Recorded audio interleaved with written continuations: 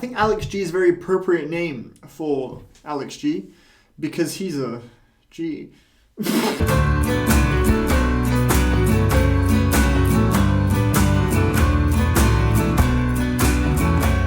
House of Sugar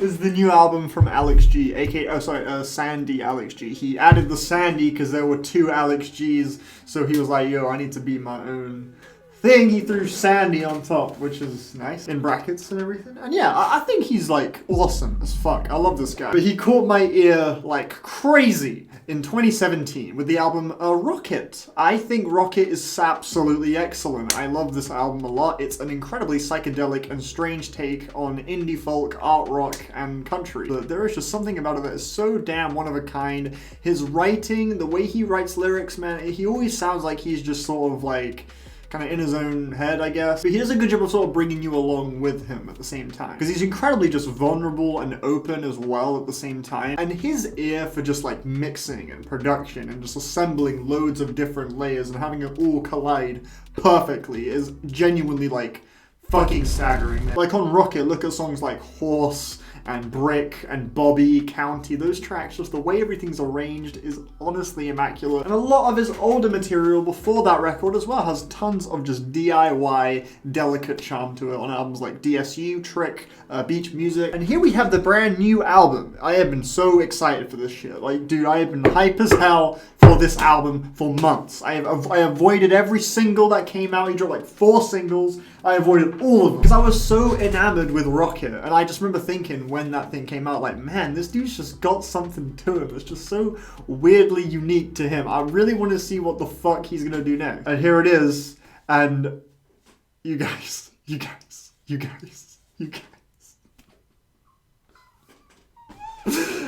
House of Sugar. This album is really good. I love this album. It's absolutely magical. I am. The first listen, I cried 3 times. I was blown away. I think this is fucking amazing. Man. How do I compose? Like, I could talk about the themes of the album and the lyrics and what it is he's singing about. There are tracks here that feel like you are arriving home after like years of detachment and you're just kind of relishing in like the people that really care for you. And like tracks like Southern Sky and In My Arms, just Alex G, the way he's writing, you can tell like he just sounds like he's just accepting like comfort and love. But there are other tracks to where that's kind of the bane of him in a way. Like there's also a lot of songs alluding to sort of selfishness and sort of like accepting those things that like mean a lot to you but getting kind of lost in it. Like those tracks that kind of have like tones of greed to them, like on Gretel, for example. Like Gretel reads to me as him kind of like fighting off the urge to give in. Like he doesn't want to go back. He's like, nothing's gonna stop in his tracks is what he's saying on the lyrics. And that part where he says like, good people gotta fight to exist, that fucking hit like crazy. And the track Southern Sky, the lyrics on that song are also just fucking wonderful. At the beginning when he says how he can't get to sleep counting the black sheep, how can he pick and choose between the devils in his head? This song to me kind of feels like he's got so much in his head at once. He's like kind of being weighed down by a lot, but when he's back home and he's like admiring the southern sky, everything kind of feels right. He feels like he has like the people near him to sort of like keep him grounded in a way. And here's the thing with the way Alex G kind of works, I guess, when it comes to structuring his albums, from what I can tell from Rocket, from his other stuff, from this album, each song just kind of feels like its own little thing. Like the tracks don't really segue into each other, and every song kind of feels like its own little short story. Like they're all kind of these little disconnected vignettes that are mostly just tied together just via like the sound palette and just the arrangement, his voice and all that. Some of the tracks have like barely any real like tangible structure at all, like the song Near, for example, which hasn't really got like much of a like sticky hook or anything. It's just kind of got a bunch of swirling wild noises that all kind of collide really psychedelically. Like on this track you have guitar blending with like stuttering vocal effects. It's all just really jarring, but everything is arranged and just mixed to perfection. Like there are tracks here that genuinely had my like jaw on the floor as to in regards to like what I was hearing, like from just a compositional point of view. It was like staggering as fuck. Like the song Sugar, for example, the weeping strings and like giant piano chords, that song sent me to fucking space. The opening track, the first fucking song is crazy. I was like legit, like, breaking down. the first listen, I was, like, unable to, oh my god, man. I feel like I might be overhyping the album.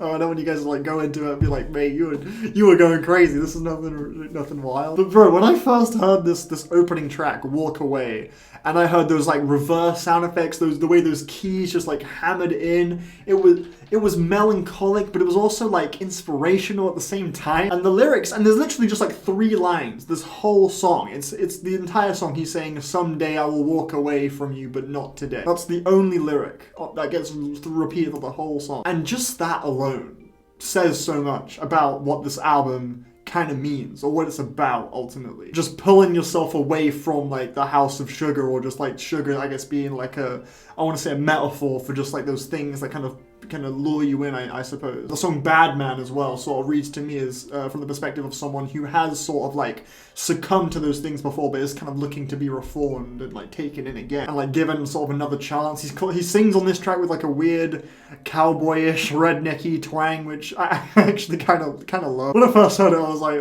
what's he doing? But I just think it kind of brings the character he sings from to life a little bit better, and I love the music. The music on every fucking song is stunning. It's straight up stunning. Like Gretel. I don't wanna go back. Dude, that chorus is incredible as fuck. Bro, that song, I remember when that song first released, it came out like months before the album did. Everyone was like, yo, this track is amazing. I was just like, I gotta wait. And I'm fucking glad I did, because when it came on, I was like, fuck off, man. There's also the track Hope as well, which is actually one of the more crushing songs on the album. It's just like a really short little 2.5. It's the second track. It just kind of comes and goes, but its bluntness, I think, lends a lot to what it is he's saying on the song. This song is all about a friend of his, a close friend that died because they overdosed on fentanyl. It's clear the title Hope is very appropriate. Like that whole situation made him feel very hopeless. You can tell in just the way he's singing on the track, and he's sort of trying to reclaim that again, I think. Which leads perfectly into Southern Sky, because that song is about him sort of having that hope when he's back home with the people around him. He's seeing the Southern Sky. Oh, this is how it's all reading to me. Maybe I'm interpreting the whole album completely wrong. Could be messing all this up. But yeah, I can't get enough of this album, man. Cow is also a really endearing track. He's singing to a love interest on this song, and the way he sings, it sounds like he just treats her like the most important thing in the world, but he sort of frames it in his own little weird personal way, like calling her like a big old cow. You draw me out. Like she brings the most out of him, like makes him feel comfortable. It feels like the whole song is just like a really personal love letter or something. And then you have the song Crime, which the piano. Every song is excellent. Even the fucking, what's it, Project 2. That's a fucking nice track. It's just like a little interlude. It's just an instrumental track. The way the drums kind of like stumble on each other in like a weirdly off-kilter but kind of hypnotic way is fucking sick. The vocal like, it's heavenly. It's simple as hell. There's really not a lot happening on that track, but everything is essential on that song. And the closer, I love the way he's singing on that closing track. He sounds really like raw, and I guess the live setting really adds to that as well. I love the saxophone on this track too. That's something that doesn't appear on any of the other songs, so when it comes in, it's a really like sort of warm embrace of a moment. And yeah, his vocal tone, the way he's just like, feels like I'm always waiting. He just sounds incredibly honest and human on this track, and yeah, again, that live, the song's live. It's like a live version of the song, and I think that works perfectly in context with the way he sounds, what it is he's saying. Overall, I think this album is absolutely fantastic. I think it's his best album. I thought Rocket was amazing, but this is better. This is better than Rocket. Oh, I'm feeling a 9. I'm feeling a 9 out of fucking 10. Oh boy. Oh yeah, this is wicked. I'm a fan. I really hope you guys liked it too. I hope you liked my review. Let me know what your favorite tracks are in the comments. Oh, this album. Yeah, it's so good. I'm gonna just leave it there. Thank you very much for watching. I'll see you on the next review.